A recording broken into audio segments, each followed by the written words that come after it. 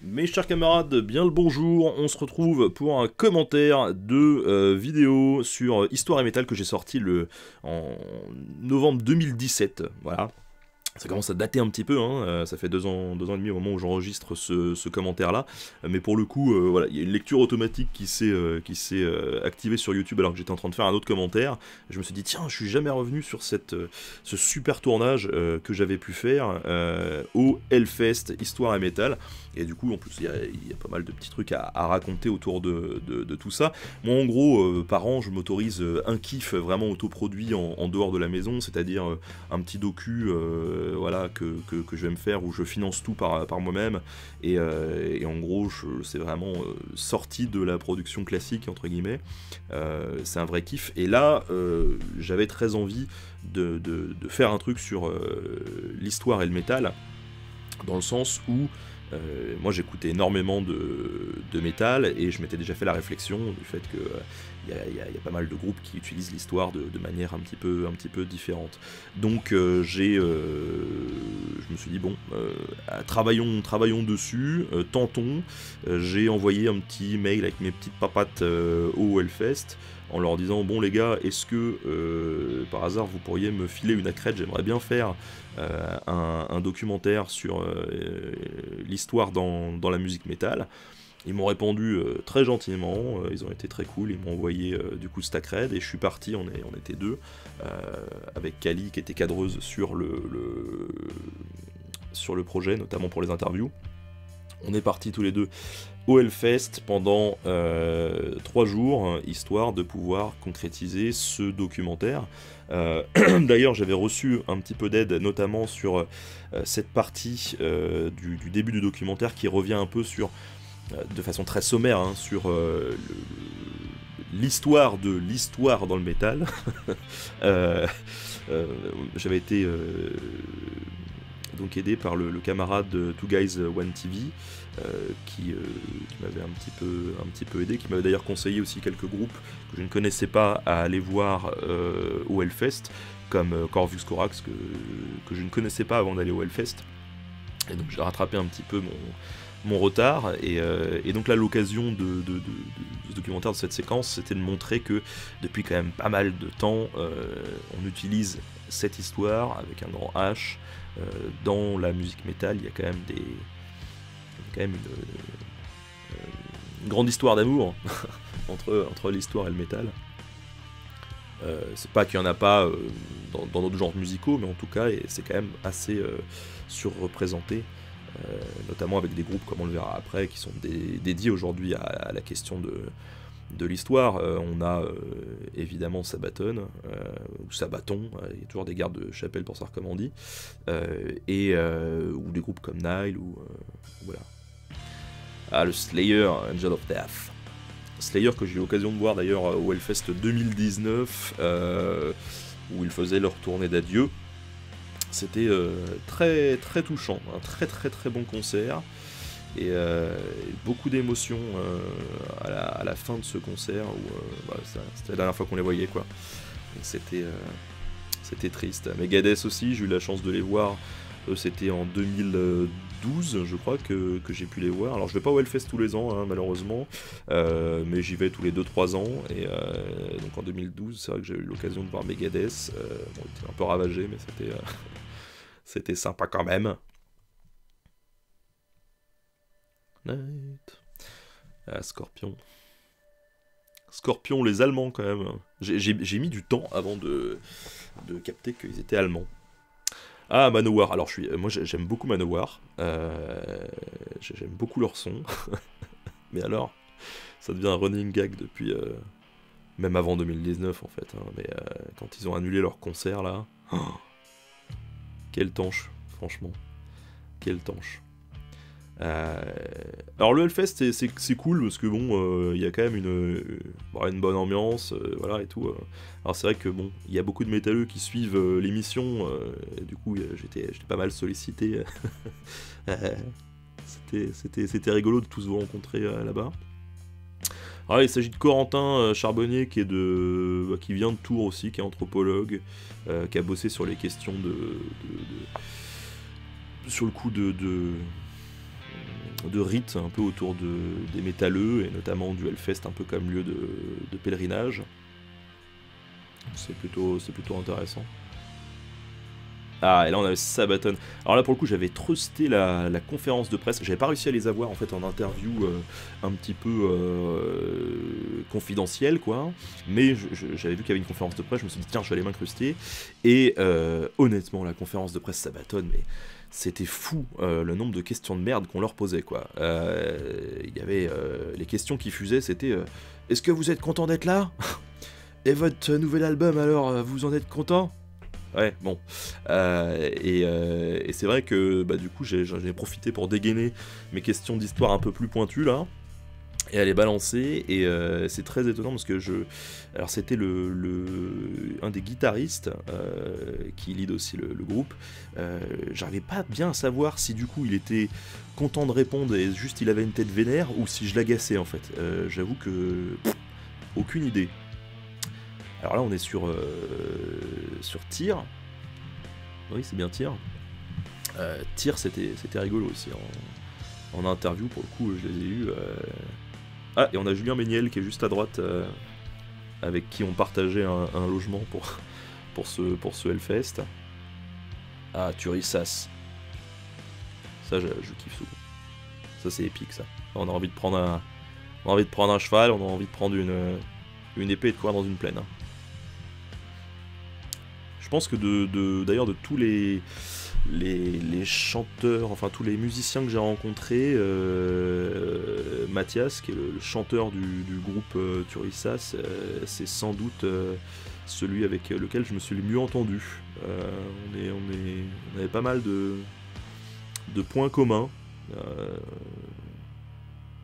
C'est un gars qui est vraiment, vraiment très chouette, qui a une belle réflexion aussi sur son propre boulot, sur ce qu'il raconte, sur la façon dont il interprète tout ce qu'il met en scène.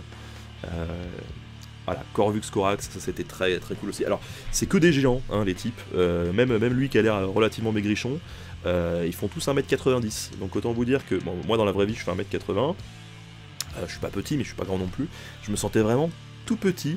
Et alors, subtilité, donc c'est le bassiste qui est tout à droite là, qui avait un gros trou dans son fut. Donc quand on regarde, il essaye de se cacher les burnes pendant toute l'interview. C'est assez drôle. Ah, le chanteur de Wardruna. Alors, lui très intéressant aussi, intellectuellement parlant, mais il m'avait sorti un truc à la fin de l'interview. Bon, je lui ai sorti pour finir l'interview justement, est-ce que vous bossez sur un prochain album, parce qu'il a mis quand même pas mal de temps à sortir ses albums qui sont très travaillés, ça lui a pris des années, et je lui ai dit qu'est-ce que vous avez prévu pour le prochain album, et surtout dans quel contexte vous l'enregistrez, puisque il travaille sur les textes, il travaille sur les instruments, il travaille sur l'enregistrement aussi, dans les conditions d'enregistrement qui se veut proche de la nature, près des trucs comme ça. Et il m'avait dit, oh, je pourrais vous le dire, mais il faudrait que je vous tue après. Donc c'était sympa. Voilà, c'est lui, c'est quand il parle. Je sais jamais, dans son Sabaton, si en gros il était vénère ou pas. Et je savais pas s'il voulait juste m'apporter une réponse un peu concise parce que c'était forcément la conférence de presse, ou si genre il me calait 2 phrases en mode bon voilà je t'ai répondu, maintenant arrête de poser des questions. Sauf que j'avais envie de continuer de poser des questions, et ça c'était cool. 2019 Sabaton d'ailleurs qui a joué 2 fois, hein, suite à l'annulation de Manowar. Ils les ont remplacés au pied levé. Alors je les avais pas vus la deuxième fois parce qu'il paraît il y a eu le chanteur était un peu aphone. Halestorm. Alors ce qui est rigolo c'est que la plupart du temps quand je vais voir des gens et que je leur dis oui histoire et métal, les gens me disent oui Halestorm, c'est tout de suite le premier groupe qui ressort. Or sur tous les groupes que j'ai pu approcher, Halestorm c'est vraiment le groupe le plus léger on va dire en termes de recherche et de recul sur ce qu'ils consomment quoi. En gros c'est ce que me disaient les gars, oh, moi je travaille sur Wikipédia, puis j'ai vu un truc, c'était rigolo, on a fait une chanson rigolote, voilà. Et c'était grosso modo le résumé de ce que le gars pouvait me dire quoi. Alors par exemple Corvus Corax, là il y a une vraie recherche dans le son, dans les instruments, dans les manuels, qu'ils vont pouvoir utiliser pour appréhender cette musique-là, dans le rythme, même si c'est remis au goût du jour évidemment pour que ça soit un peu plus dansant, un peu plus festif. Il y a aussi une recherche sur le texte en tant que tel, puisque parfois ils reviennent directement sur des textes médiévaux en déclamant ces paroles-là originelles, donc c'est plutôt intéressant. Sabaton, là on voit, eux ils sont plus sur la représentation souvent guerrière à travers tous leurs albums, et ils sont dédiés à l'histoire. C'est pour ça qu'il y a beaucoup d'amateurs d'histoire et de métal qui connaissent très bien ce groupe. Tyr, petite anecdote de tournage, ça c'est drôle. Je reçois les deux types en interview, ils se calent, et t'as un des deux types, genre qui avait sa bière à la main, c'est celui qui est à droite là. Je sais plus comment il s'appelle. Et en fait, ils avaient quand même pas mal teasé, ça se voit un petit peu, hein. Ils ont des petites poches sous les yeux, ils sont un peu fatigués. Et du coup, je leur dis bonjour, ça va, ouais, ça va et tout, installez-vous. Hein. Et je balance ma première question, où moi, pour le coup, c'était vraiment une interview de fond sur leur pratique vis-à-vis de l'histoire et de leur musique. Et là, il y a un énorme blanc qui doit durer au moins 10 secondes, et ce type à droite secoue la tête et dit « Merde, j'aurais pas dû boire, c'est une interview sérieuse. » et du coup, bon, il était un peu plus silencieux que l'autre durant toute l'interview, mais on voit qu'il essayait de se contenir un peu et d'être attentif. C'était assez rigolo. Là où Hardrona en concert, c'était vraiment la transe totale. Ça, j'ai bien aimé ce côté... ce côté-là, quoi. Les gens sont vraiment posés, et puis tu te sens vraiment pénétré par cette musique en concert. C'est vraiment très, très étonnant comme atmosphère de concert, surtout au Hellfest, où pour le coup, souvent ça bouge, voilà, ça pogote un peu à droite à gauche. Là, c'est très calme, et limite on ferme les yeux, voilà, comme lui là, et puis on respire, on lève la tête, ça c'est très transcendantal pour tout le monde. Voilà, j'avais un peu peur en calant des morceaux de clips, des trucs à droite à gauche, d'être démonétisé sur ce documentaire. Bon, ça a été le cas, je sais plus à cause de quel truc, mais bon, de toute façon je mets aussi un peu de musique à droite à gauche, même si c'est des extraits, bon, voilà, et, ce documentaire est démonétisé en tout cas. Alors là, je suis vraiment dans la fosse, c'était une des premières fois que j'utilisais mon appareil, mon nouvel appareil, mon Panasonic GH5 pour un gros tournage comme ça, et j'avais été bluffé par la stabilisation notamment à l'époque, et je le suis toujours d'ailleurs, de cet objectif, puisque j'avais pas eu le droit d'avoir l'accrède photo entre guillemets, c'est-à-dire que y a des accrèdes photo qui permettent d'aller tout devant de la scène, mais juste pour la première ou la deuxième chanson, et après faut se barrer. Et en fait on m'a dit tu peux pas prendre en vidéo quand t'es là-dedans. Donc je me suis dit bon d'accord, donc déjà je peux pas y aller, ça a pas trop d'intérêt, et puis une ou deux chansons c'était pas assez pour moi. Donc du coup j'ai dû aller filmer dans le public, et dans le public sans pied, sans pied caméra. Donc tout est filmé à la main, où j'ai la caméra au-dessus de ma tête, et puis j'essaye tant bien que mal dans la fosse d'être un peu stable, et on voit que c'est hyper propre, et j'ai toujours halluciné de voir ce résultat sur les concerts, parce que je trouve que ça rend vraiment bien, alors que j'ai vraiment un tout petit matos, quoi. C'est un Panasonic GH5, vous taperez sur internet, vous voyez le gabarit du truc, et ça fait quand même des images absolument incroyables. Ça fait plus de 2 ans que j'utilise maintenant, 3 ans, et j'en reviens toujours pas, quoi. Ah, mon préféré c'était sans doute celui que je regardais à droite, comment il essaie de cacher son calbut. Hop là, je serre les jambes. C'est drôle. Ouais, le grand là, lui, le chanteur, il est assez impressionnant, c'est vraiment un gros Golgoth, mais l'autre, le percussionniste là, à gauche, qu'on voit tout au fond hein, de l'image, il a de la bonne humeur en barre, ce type, et heureux de vivre. Ah, c'est cool, hein, c'est vieux instruments, Ouais, donc comme ils expliquent, ils poussent le trip encore plus loin, quoi. Ils chantent même dans différentes langues.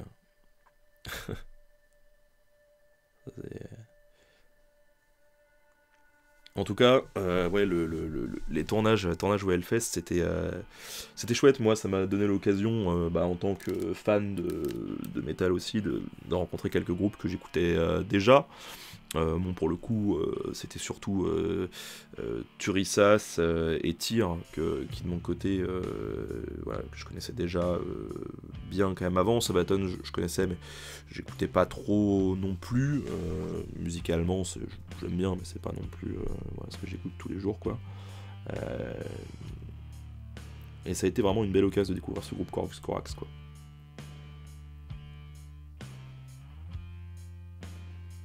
Ah, la bière, ça c'est important au Hellfest.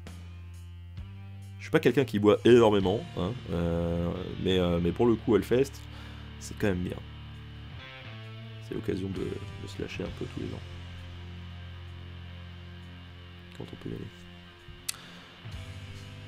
Hop. Ah, les tournages de nuit aussi, ça c'est sympa. Il y a des jeux de lumière qui sont hyper intéressants sur la déco du Hellfest, et c'est un plaisir de pouvoir aller scaler des, euh, des petites sessions comme ça, on va prendre des images à droite à gauche, les gens, le feu, enfin, moi j'adore. Filmer le feu, c'est toujours. Le feu.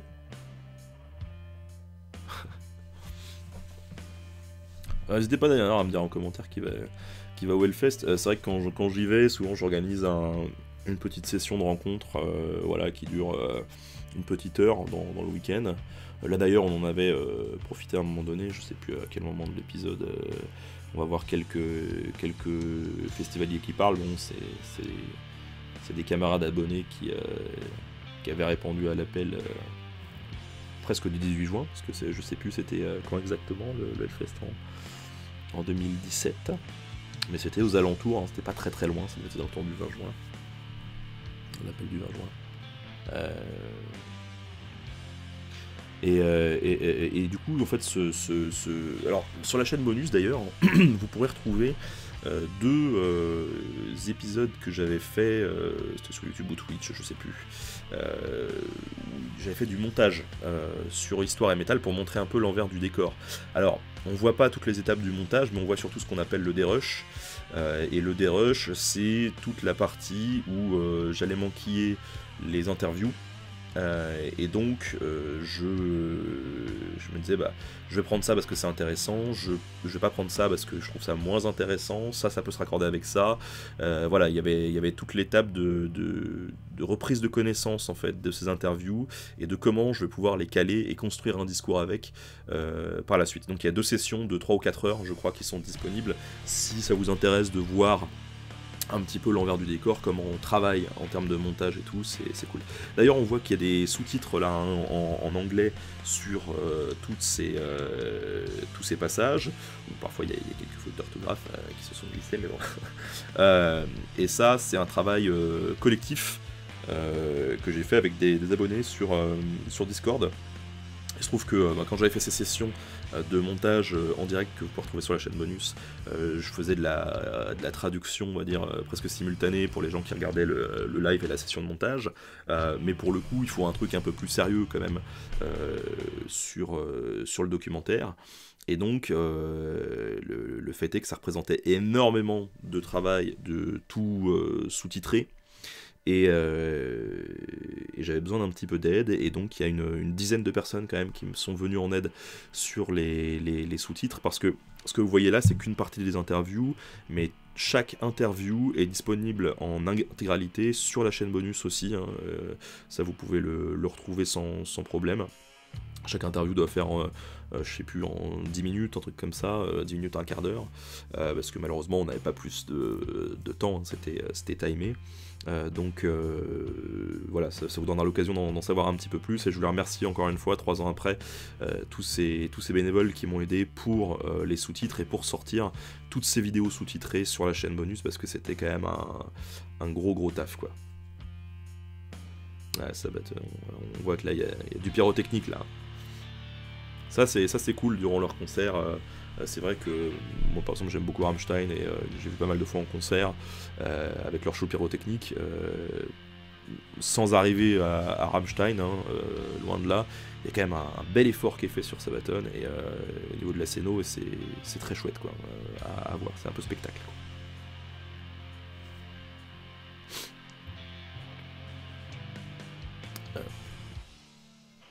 Est-ce qu'on peut vraiment apprendre l'histoire à travers le métal? Ouais, c'est une bonne question.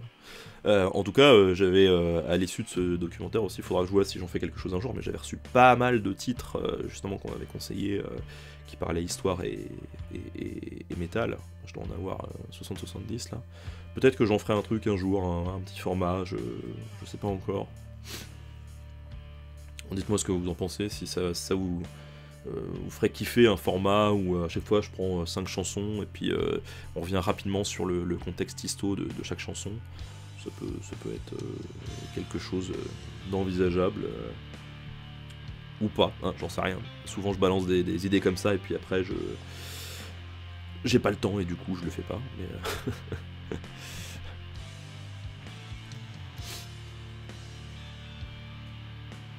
Mais, ouais, belle coupe. Bonjour Simon, professeur d'histoire, je sais pas si tu regardes encore ces vidéos aujourd'hui. T'étais très sympathique.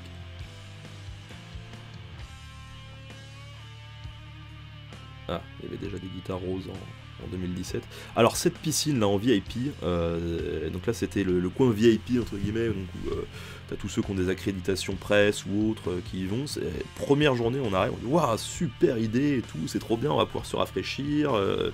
Et bon, première journée j'ai pas le temps, mais je me dis bon ouais, dans le week-end j'irai faire trempette avec les pieds ou autre. Et rapidement cette fontaine s'est transformée en piscine hein, avec tout le monde qui allait dedans. Et autant au bout de le premier jour ça allait, autant le troisième jour il y avait une couche de gras sur l'eau. Je peux vous dire que ça donnait pas très envie d'y aller, avec tous les gens qui allaient se baigner dedans. Voilà, j'ai jamais foutu ne serait-ce que un ongle de pied là-dedans quoi. Parce que j'avais pas envie de mourir.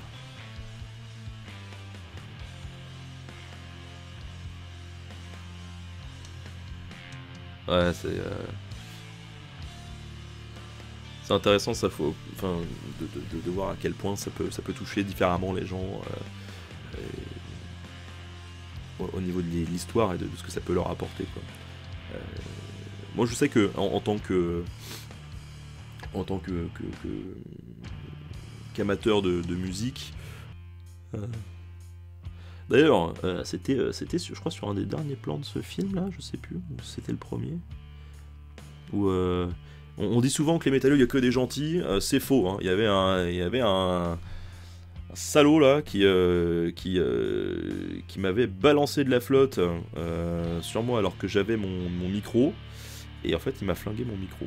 Voilà, c'était à la fin du tournage. C'était un micro en plus. Assez cher quand même, hein, que j'avais payé à l'époque, je sais plus 300 balles ou 400 balles, et il me l'a flingué. Depuis j'ai toujours des petits soucis avec ce micro que j'utilise vraiment plus que quand j'ai pas le choix. Et voilà. Si un jour tu te reconnais, sache que je te remercie pas du tout. Si tu te reconnais, laisse un message, on organise un octogone, et puis voilà. Parce que vraiment, j'étais un peu deg. Ah, c'est un budget, hein, les documentaires.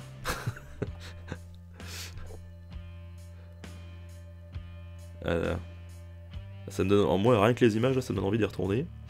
Bon, j'irai pas cette année en 2020, mais... Ah, on me voyait en train de tricher, là. Si on se retourne un peu en arrière, j'avais mon script dans la poche. J'ai jamais fait cette grande roue. Un jour, peut-être, il faudra que je le fasse. Pour faire mon kiké. En tout cas, bon, là je crois qu'on arrive à la fin du docu. Voilà, si un de ces quatre, on a l'occasion de se croiser au Hellfest, n'hésitez pas. Alors, moi en général, bon, je suis tranquille pépère, mais j'organise cette session. Il faut surveiller les réseaux sociaux. Je fais toujours un appel où on peut se retrouver et puis discuter un petit peu tous ensemble. Voilà. Puis n'hésitez pas à aller voir Two Guys One TV, effectivement. Son contenu c'est vachement bien, donc voilà, abonnez-vous et puis on verra si on peut refaire des trucs sur Histoire et Métal sur la chaîne. Et n'hésitez pas à aller voir les interviews voilà, que j'avais mis à la fin de la vidéo et qui sont dispo sur la chaîne. Allez, je vous fais des bisous, on se retrouve bientôt. Salut.